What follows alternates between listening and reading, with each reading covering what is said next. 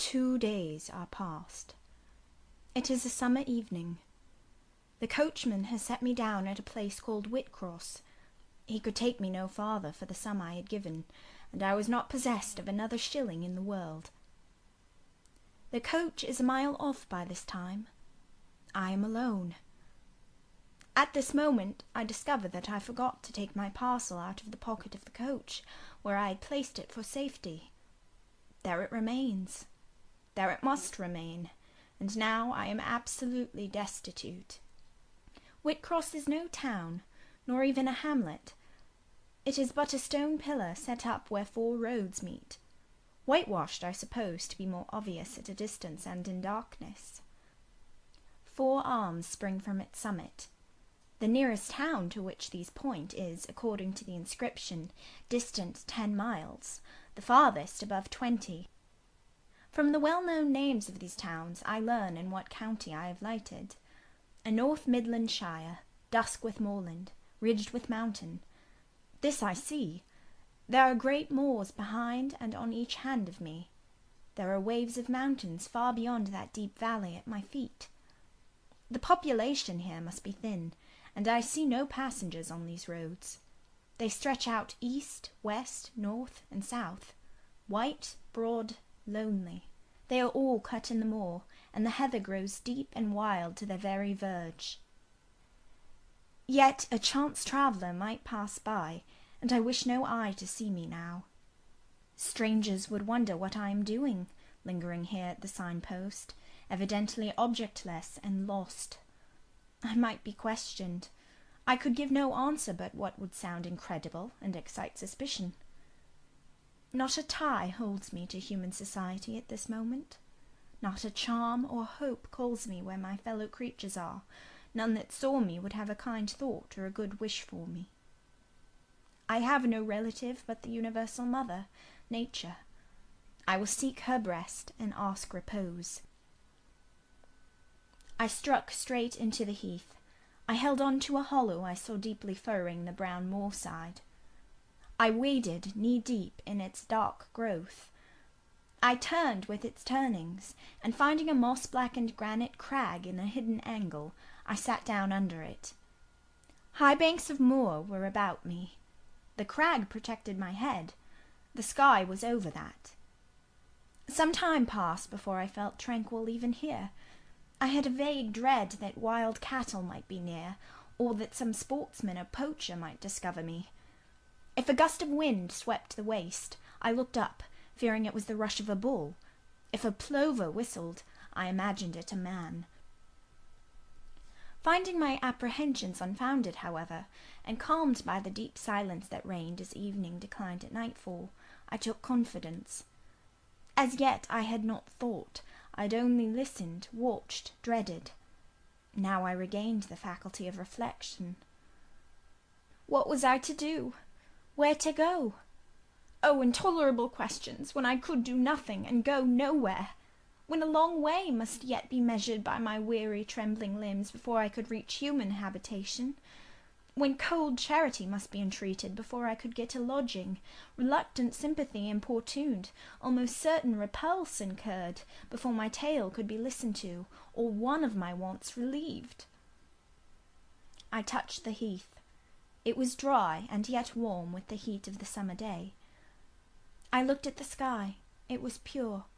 A kindly star twinkled just above the chasm ridge. The dew fell, but with propitious softness. No breeze whispered. Nature seemed to me benign and good. I thought she loved me, outcast as I was, and I, who from man could anticipate only mistrust, rejection, insult, clung to her with filial fondness. Tonight, at least, I would be her guest, as I was her child. My mother would lodge me without money and without price. I had one morsel of bread yet, the remnant of a roll I had bought in a town we passed through at noon, with a stray penny, my last coin. I saw ripe bilberries gleaming here and there, like jet beads in the heath. I gathered a handful and ate them with the bread. My hunger, sharp before, was, if not satisfied, appeased by this hermit's meal. I said my evening prayers at its conclusion, and then chose my couch. Beside the crag, the heath was very deep. When I lay down, my feet were buried in it. Rising high on each side, it left only a narrow space for the night air to invade. I folded my shawl double and spread it over me for a coverlet. A low mossy swell was my pillow. Thus lodged, I was not, at least at the commencement of the night, cold. My rest might have been blissful enough, only a sad heart broke it. It plained of its gaping wounds, its inward bleeding, its riven cords. It trembled for Mr. Rochester and his doom. It bemoaned him with bitter pity.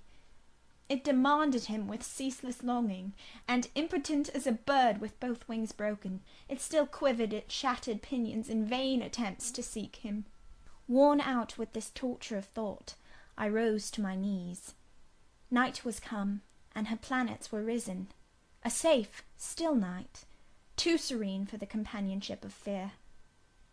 We know that God is everywhere, but certainly we feel his presence most when his works are on the grandest scale spread before us, and it is in the unclouded night sky, where his worlds wheel their silent course, that we read clearest his infinitude, his omnipotence, his omnipresence. I had risen to my knees to pray for Mr. Rochester. Looking up, I with tear-dimmed eyes saw the mighty Milky Way. Remembering what it was, what countless systems there swept space like a soft trace of light, I felt the might and strength of God. Sure was I of his efficiency to save what he had made. Convinced I grew that neither earth should perish, nor one of the souls it treasured.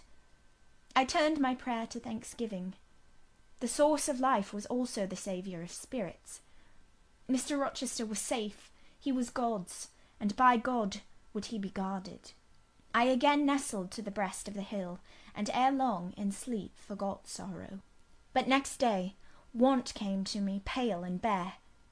Long after the little birds had left their nests, long after bees had come in the sweet prime of day to gather the heath honey before the dew was dried, when the long morning shadows were curtailed and the sun filled earth and sky, I got up and I looked round me.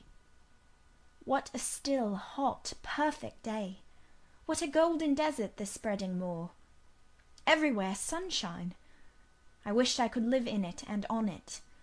I saw a lizard run over the crag. I saw a busy bee among the sweet bilberries. I would fain at the moment have become bee or lizard, that I might have found fitting nutriment, permanent shelter here. But I was a human being, and had a human being's wants. I must not linger where there was nothing to supply them. I rose. I looked back at the bed I had left. Hopeless of the future, I wished but this, that my Maker had that night thought good to require my soul of me while I slept, and that this weary frame, absolved by death from further conflict with fate, had now but to decay quietly and mingle in peace with the soil of this wilderness. Life, however, was yet in my possession, with all its requirements and pains and responsibilities. The burden must be carried, the want provided for, the suffering endured, the responsibility fulfilled. I set out. Whitcross regained, I followed a road which led from the sun, now fervent and high. By no other circumstance had I will to decide my choice. I walked a long time, and when I thought I had nearly done enough, and might conscientiously yield to the fatigue that almost overpowered me, might relax this forced action, and sitting down on a stone I saw near, submit resistlessly to the apathy that clogged heart and limb, I heard a bell chime, a church bell.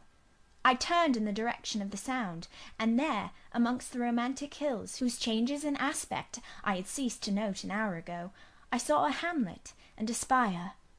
All the valley at my right hand was full of pasture fields and cornfields and wood, and a glittering stream ran zigzag through the varied shades of green, the mellowing grain, the sombre woodland, the clear and sunny lea. Recalled by the rumbling of wheels to the road before me, I saw a heavily laden wagon labouring up the hill, and not far beyond were 2 cows and their drover. Human life and human labour were near. I must struggle on, strive to live, and bend to toil like the rest. About 2 o'clock p.m. I entered the village. At the bottom of its one street there was a little shop, with some cakes of bread in the window. I coveted a cake of bread. With that refreshment I could perhaps regain a degree of energy. Without it, it would be difficult to proceed. The wish to have some strength and some vigour returned to me as soon as I was amongst my fellow beings. I felt it would be degrading to faint with hunger on the causeway of a hamlet. Had I nothing about me I could offer in exchange for one of these rolls? I considered. I had a small silk handkerchief tied round my throat. I had my gloves. I could hardly tell how men and women in extremities of destitution proceeded. I did not know whether either of these articles would be accepted. Probably they would not, but I must try. I entered the shop. A woman was there. Seeing a respectably dressed person, a lady as she supposed, she came forward with civility. How could she serve me? I was seized with shame. My tongue would not utter the request I had prepared. I dared not offer her the half-worn gloves, the creased handkerchief. Besides, I felt it would be absurd. I only begged permission to sit down a moment, as I was tired. Disappointed in the expectation of a customer, she coolly acceded to my request. She pointed to a seat. I sank into it. I felt sorely urged to weep, but conscious how unseasonable such a manifestation would be, I restrained it. Soon I asked her if there were any dressmaker or plain workwoman in the village. Yes, 2 or 3, quite as many as there was employment for. I reflected. I was driven to the point now. I was brought face to face with necessity. I stood in the position of one without a resource, without a friend, without a coin. I must do something. What? I must apply somewhere. Where? Did she know of any place in the neighbourhood where a servant was wanted? Nay, she couldn't say. What was the chief trade in this place? What did most of the people do? Some were farm labourers. A good deal worked at Mr Oliver's needle factory and at the foundry. Did Mr Oliver employ women? Nay, it was men's work. And what do the women do? I nodded, was the answer. Some does one thing and some another. Poor folk mun get on as they can. She seemed to be tired of my questions, and indeed, what claim had I to importune her? A neighbour or two came in. My chair was evidently wanted. I took leave. I passed up the street, looking as I went at all the houses to the right hand and to the left, but I could discover no pretext, nor see an inducement to enter any. I rambled round the hamlet, going sometimes to a little distance and returning again, for an hour or more. Much exhausted, and suffering greatly now for want of food, I turned aside into a lane and sat down under the hedge. Ere many minutes had elapsed, I was again on my feet, however, and again searching something, a resource, or at least an informant. A pretty little house stood at the top of the lane, with a garden before it, exquisitely neat and brilliantly blooming. I stopped at it. What business had I to approach the white door, or touch the glittering knocker? In what way could it possibly be the interest of the inhabitants of that dwelling to serve me? Yet I drew near and knocked. A mild-looking, cleanly attired young woman opened the door. In such a voice as might be expected from a hopeless heart and fainting frame, a voice wretchedly low and faltering, I asked if a servant was wanted here. No, said she. We do not keep a servant. Can you tell me where I could get employment of any kind?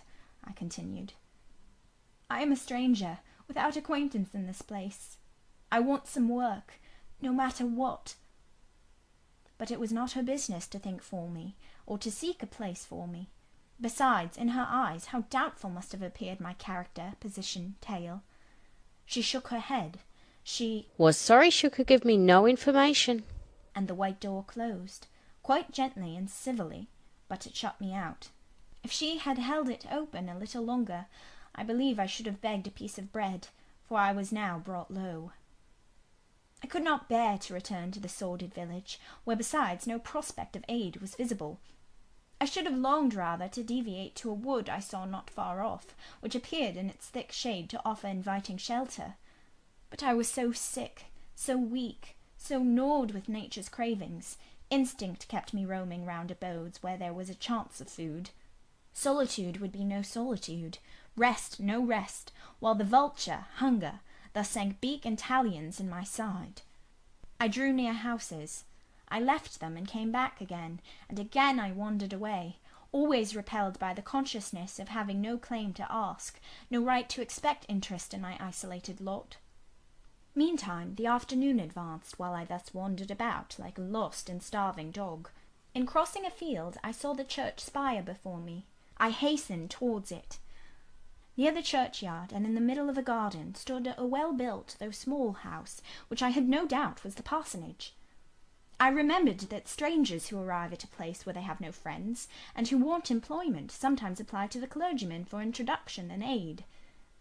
It is the clergyman's function to help, at least with advice, those who wish to help themselves.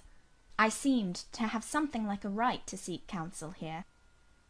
Renewing then my courage, and gathering my feeble remains of strength, I pushed on. I reached the house, and knocked at the kitchen door. An old woman opened. I asked, was this the parsonage? Yes. Was the clergyman in? No. Would he be in soon? No, he was gone from home. To a distance? Not so far. Happened 3 mile. He'd been called away by the sudden death of his father. He was at Marsh End now, and would very likely stay there a fortnight longer. Was there any lady of the house? Nay, there was naught but her, and she was housekeeper. And of her, reader, I could not bear to ask the relief for want of which I was sinking. I could not yet beg, and again I crawled away. Once more I took off my handkerchief. Once more I thought of the cakes of bread in the little shop. Oh, for but a crust!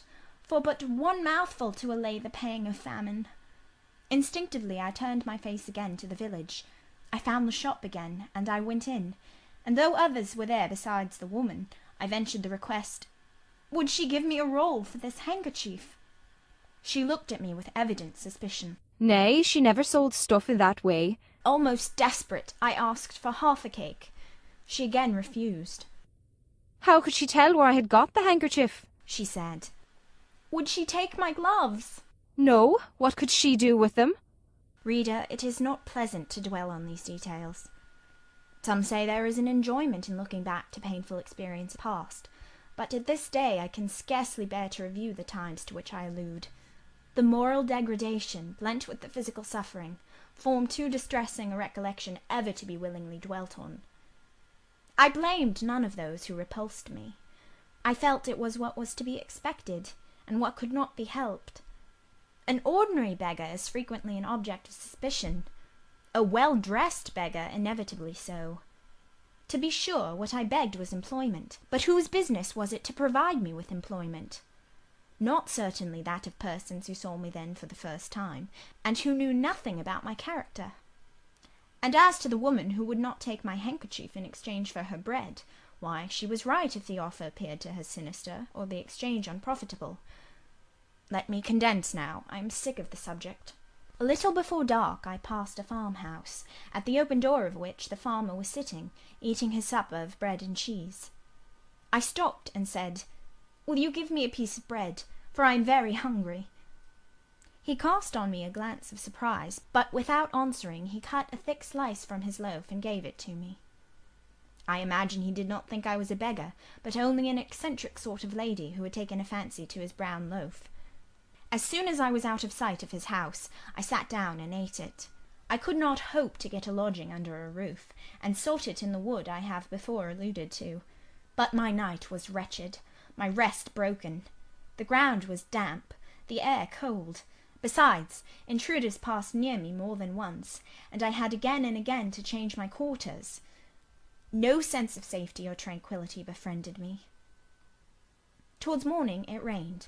The whole of the following day was wet. Do not ask me, reader, to give a minute account of that day. As before, I sought work. As before, I was repulsed. As before, I starved. But once did food pass my lips. At the door of a cottage I saw a little girl about to throw a mess of cold porridge into a pig trough. "Will you give me that?" I asked. She stared at me. "Mother," she exclaimed, "there is a woman wants me to give her these porridge." "Well, lass," replied a voice within, "give it her if she's a beggar." The pig doesn't want it. The girl emptied the stiffened mould into my hand, and I devoured it ravenously. As the wet twilight deepened, I stopped in a solitary bridle path which I had been pursuing an hour or more. "My strength is quite failing me," I said in a soliloquy. "I feel I cannot go much farther. Shall I be an outcast again this night? While the rain descends so, must I lay my head on the cold, drenched ground? I fear I cannot do otherwise, for who will receive me? But it will be very dreadful, with this feeling of hunger, faintness, chill, and this sense of desolation, this total prostration of hope. In all likelihood, though, I should die before morning. And why cannot I reconcile myself to the prospect of death? Why do I struggle to retain a valueless life? Because I know or believe Mr Rochester is living, and then to die of want and cold is a fate to which nature cannot submit passively. O Providence, sustain me a little longer. Aid, direct me." My glazed eye wandered over the dim and misty landscape. I saw I had strayed far from the village. It was quite out of sight. The very cultivation surrounding it had disappeared. I had, by crossways and bypaths, once more drawn near the tract of moorland, and now only a few fields, almost as wild and unproductive as the heath from which they were scarcely reclaimed, lay between me and the dusky hill. Well, I would rather die yonder than in a street or on a frequented road, I reflected. And far better that crows and ravens, if any ravens there be in these regions, should pick my flesh from my bones, than that they should be prisoned in a workhouse coffin and moulder in a pauper's grave. To the hill, then, I turned. I reached it. It remained now only to find a hollow where I could lie down, and feel at least hidden, if not secure. But all the surface of the waste looked level. It showed no variation but of tint. Green where rush and moss overgrew the marshes, black where the dry soil bore only heath. Dark as it was getting, I could still see these changes, though but as mere alternations of light and shade, for colour had faded with the daylight. My eye still roved over the sullen swell, and, along the moor edge, vanishing amidst the wildest scenery, when at one dim point, far in among the marshes and the ridges, a light sprang up. That is an ignis fatuus, was my first thought, and I expected it would soon vanish. It burnt on, however, quite steadily, neither receding nor advancing. "Is it, then, a bonfire just kindled?" I questioned. I watched to see whether it would spread, but no, as it did not diminish, so it did not enlarge. It may be a candle in a house, I then conjectured, but if so, I can never reach it. It is much too far away, and were it within a yard of me, what would it avail? I should but knock at the door to have it shut in my face. And I sank down where I stood, and hid my face against the ground. I lay still a while. The night wind swept over the hill and over me, and died moaning in the distance. The rain fell fast, wetting me afresh to the skin. Could I but have stiffened to the still frost, the friendly numbness of death, it might have pelted on. I should not have felt it. But my yet living flesh shuddered at its chilling influence. I rose ere long. The light was yet there, shining dim but constant through the rain. I tried to walk again. I dragged my exhausted limbs slowly towards it. It led me aslant over the hill, through a wide bog, which would have been impassable in winter, and was splashy and shaking even now, in the height of summer. Here I fell twice, but as often I rose and rallied my faculties. This light was my forlorn hope. I must gain it. Having crossed the marsh, I saw a trace of white over the moor. I approached it. It was a road or a track. It led straight up to the light, which now beamed from a sort of knoll, amidst a clump of trees, firs apparently, from what I could distinguish of the character of their forms and foliage through the gloom. My star vanished as I drew near. Some obstacle had intervened between me and it. I put out my hand to feel the dark mass before me. I discriminated the rough stones of a low wall, above it something like palisades, and within a high and prickly hedge. I groped on. Again a whitish object gleamed before me. It was a gate, a wicket. It moved on its hinges as I touched it. On each side stood a sable bush, holly or yew. Entering the gate and passing the shrubs, the silhouette of a house rose to view. Black, low, and rather long, but the guiding light shone nowhere. All was obscurity. Were the inmates retired to rest? I feared it must be so. In seeking the door, I turned an angle. There shot out the friendly gleam again, from the lozenged panes of a very small latticed window, within a foot of the ground, made still smaller by the growth of ivy or some other creeping plant, whose leaves clustered thick over the portion of the house wall in which it was set. The aperture was so screened and narrow that curtain or shutter had been deemed unnecessary, and when I stooped down and put aside the spray of foliage shooting over it, I could see all within. I could see clearly a room with a sanded floor, clean scoured, a dresser of walnut with pewter plates ranged in rows, reflecting the redness and radiance of a glowing peat fire. I could see a clock, a white deal table, some chairs. The candle, whose ray had been my beacon, burnt on the table, and by its light an elderly woman, somewhat rough-looking but scrupulously clean like all about her, was knitting a stocking. I noticed these objects cursorily only. In them there was nothing extraordinary. A group of more interest appeared near the hearth, sitting still amidst the rosy peace and warmth suffusing it. 2 young, graceful women, ladies in every point, sat, one in a low rocking chair, the other on a lower stool. Both wore deep mourning of crepe and bombazine, which sombre garb singularly set off very fair necks and faces. A large old pointer dog rested its massive head on the knee of one girl. In the lap of the other was cushioned a black cat. A strange place was this humble kitchen for such occupants. Who were they?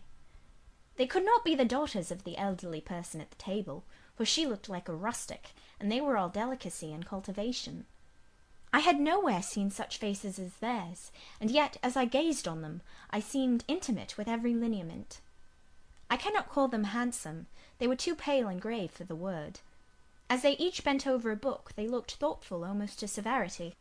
A stand between them supported a second candle, and 2 great volumes, to which they frequently referred, comparing them seemingly with the smaller books they held in their hands, like people consulting a dictionary to aid them in the task of translation. This scene was as silent as if all the figures had been shadows, and the fire-lit apartment a picture. So hushed was it, I could hear the cinders fall from the grate, the clock tick in its obscure corner, and I even fancied I could distinguish the click-click of the woman's knitting needles. When, therefore, a voice broke the strange stillness at last, it was audible enough to me. "Listen, Diana," said one of the absorbed students. "Franz and old Daniel are together in the night-time, and Franz is telling a dream from which he is awakened in terror. Listen." And in a low voice she read something, of which not one word was intelligible to me, for it was in an unknown tongue, neither French nor Latin. Whether it were Greek or German I could not tell. "That is strong," she said when she had finished. "I relish it." The other girl, who had lifted her head to listen to her sister, repeated while she gazed at the fire a line of what had been read. At a later day I knew the language and the book, therefore I will here quote the line, though when I first heard it, it was only like a stroke on sounding brass to me, conveying no meaning. Da trat hervor einer, anzusachen wie die Sternennacht. Good, good, she exclaimed, while her dark and deep eye sparkled. There you have a dim and mighty archangel fitly set before you. The line is worth 100 pages of fustian. Ich wage die Gedanken in der Schale meines Zornes und die Werk mit dem Gewichte meines Grimms. I like it. "Is there any country where they talk in that way?" asked the old woman, looking up from her knitting. Yes, Hannah, a far larger country than England, where they talk in no other way. "Well, for sure case, I no doubt they can understand one t'other. And if either of ye went there, you could tell what they said, I guess?" We could probably tell something of what they said, but not all, for we are not as clever as you think us, Hannah. We don't speak German, and we cannot read it without a dictionary to help us. "And what good does it do you?" We mean to teach it some time, or at least the elements, as they say, and then we shall get more money than we do now. "Very like. But give o'er studying, you've done enough for to-night. I think we have. At least I'm tired. Mary, are you? Mortally. After all, it's tough work fagging away at a language with no master but a lexicon. It is, especially such a language as this crabbed but glorious Deutsch. I wonder when St. John will come home. Surely he will not be long now. It is just 10. Looking at a little gold watch she drew from her girdle. It rains fast. Hannah, will you have the goodness to look at the fire in the parlour? The woman rose. She opened a door, through which I dimly saw a passage. Soon I heard her stir a fire in an inner room. She presently came back. Ah, childer, said she. It fair troubles me to go into yonder room now. It looks so lonesome, with a chair empty and set back in a corner. She wiped her eyes with her apron. The two girls, grave before, looked sad now. But he is in a better place, continued Hannah. We shouldn't wish him here again, and then nobody need have a quieter death nor he had. You say he never mentioned us? Inquired one of the ladies. He hadn't time, bairn. He was gone in a minute, was your father. He had been a bit ailing like the day before, but not to signify, and when Mr. St. John asked if he would like either of ye to be sent for, he fair laughed at him. He began again with a bit of heaviness in his head the next day, that is, a fortnight since, and he went to sleep and never wakened. He wore a most stark when your brother went into the chamber and found him. Ah, childer, that's the last of the old stock, for ye and Mr. St. John is like a different sort to them at's gone. For all your mother were making your way, and almost as book learned. She were the picture of ye, Mary. Diana's more like your father. I thought them so similar I could not tell where the old servant, for such I now concluded her to be, saw the difference. Both were fair-complexioned and slenderly made. Both possessed faces full of distinction and intelligence. One, to be sure, had a hair a shade darker than the other, and there was a difference in their style of wearing it. Mary's pale brown locks were parted and braided smooth. Diana's duskier tresses covered her neck with thick curls. The clock struck 10. Ye'll want your supper, I'm sure, observed Hannah, and so will Mr. St. John when he comes in. And she proceeded to prepare the meal. The ladies rose. They seemed about to withdraw to the parlour. Till this moment I had been so intent on watching them, their appearance and conversation had excited in me so keen an interest, I had half forgotten my own wretched position. Now it recurred to me. More desolate, more desperate than ever, it seemed from contrast.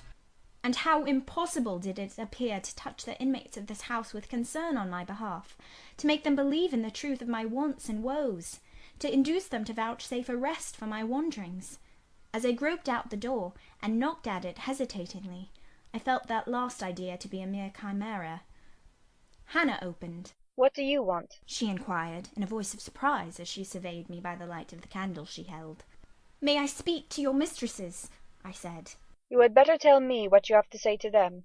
Where'd you come from? I am a stranger. What is your business here at this hour?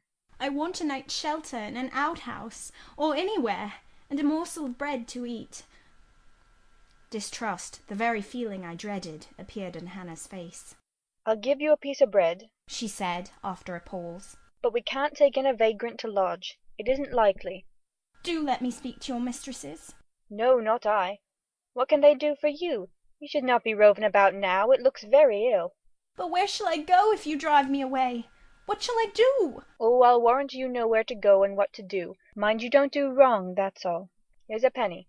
Now go. A penny cannot feed me, and I have no strength to go farther. Don't shut the door. Oh, don't, for God's sake. I must. The rain is driving in. Tell the young ladies. Let me see them. Indeed, I will not. You are not what you ought to be, or you wouldn't make such a noise. Move off. But I must die if I am turned away. Not you. I'm feared you have some ill plans agate, that bring you about folks' houses at this time of night. If you've any followers, housebreakers or such like, anywhere near, you may tell 'em we are not by ourselves in this house. We have a gentleman, and dogs, and guns. Here the honest but inflexible servant clapped the door to, and bolted it within. This was the climax.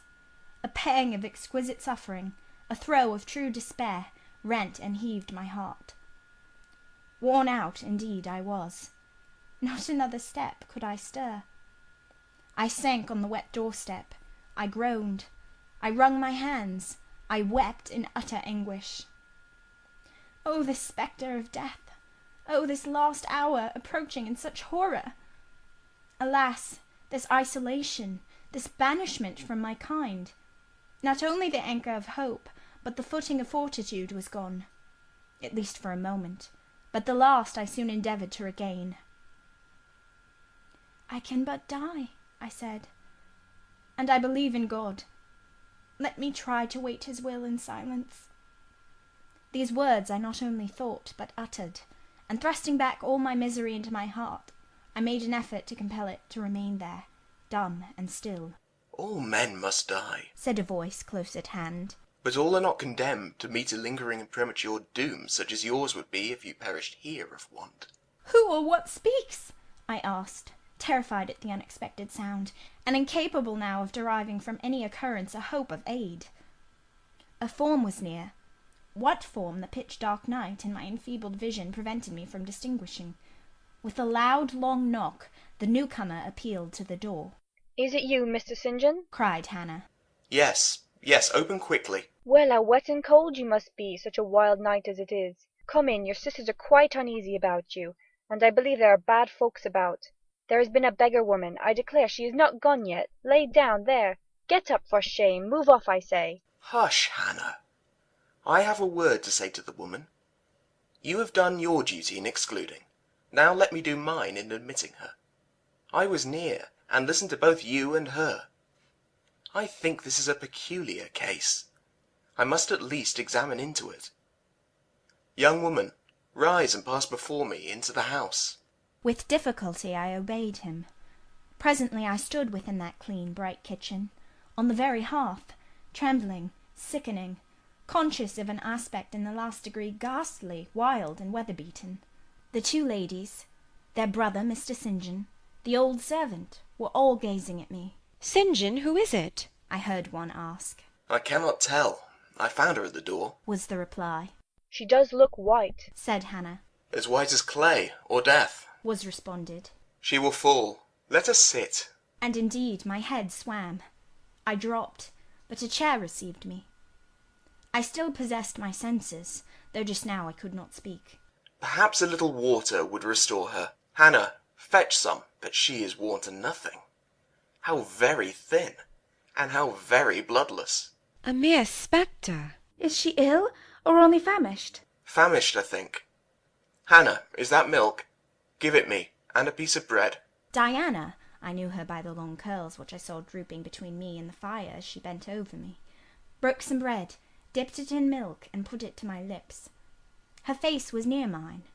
I saw there was pity in it, and I felt sympathy in her hurried breathing. In her simple words, too, the same balm-like emotion spoke. "Try to eat."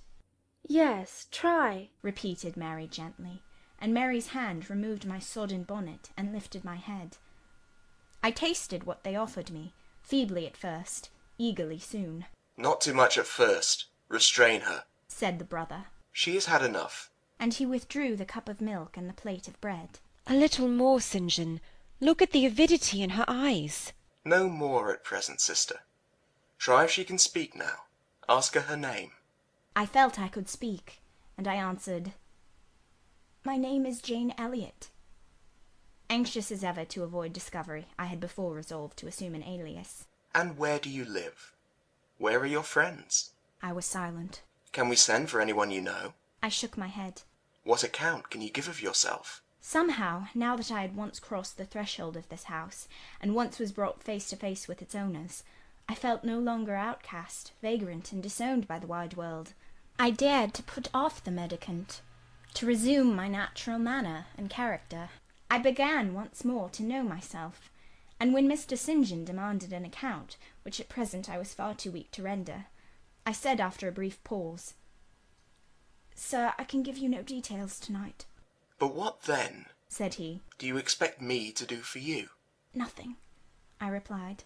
My strength sufficed for but short answers. Diana took the word.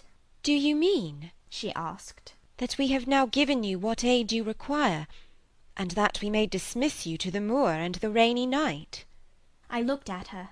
She had, I thought, a remarkable countenance, instinct both with power and goodness. I took sudden courage.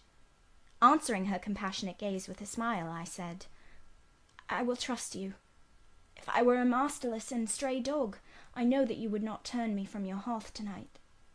As it is, I really have no fear. Do with me and for me as you like, but excuse me from much discourse. My breath is short. I feel a spasm when I speak." All three surveyed me, and all three were silent. "Hannah," said Mr. St. John at last, "let us sit there at present and ask her no questions. In 10 minutes more give her the remainder of that milk and bread. Mary and Diana, let us go into the parlour and talk the matter over." They withdrew. Very soon one of the ladies returned, I could not tell which. A kind of pleasant stupor was stealing over me as I sat by the genial fire. In an undertone she gave some directions to Hannah. Ere long, with the servant's aid, I contrived to mount a staircase. My dripping clothes were removed. Soon a warm, dry bed received me. I thanked God, experienced amidst unutterable exhaustion a glow of grateful joy, and slept. End of chapter 28.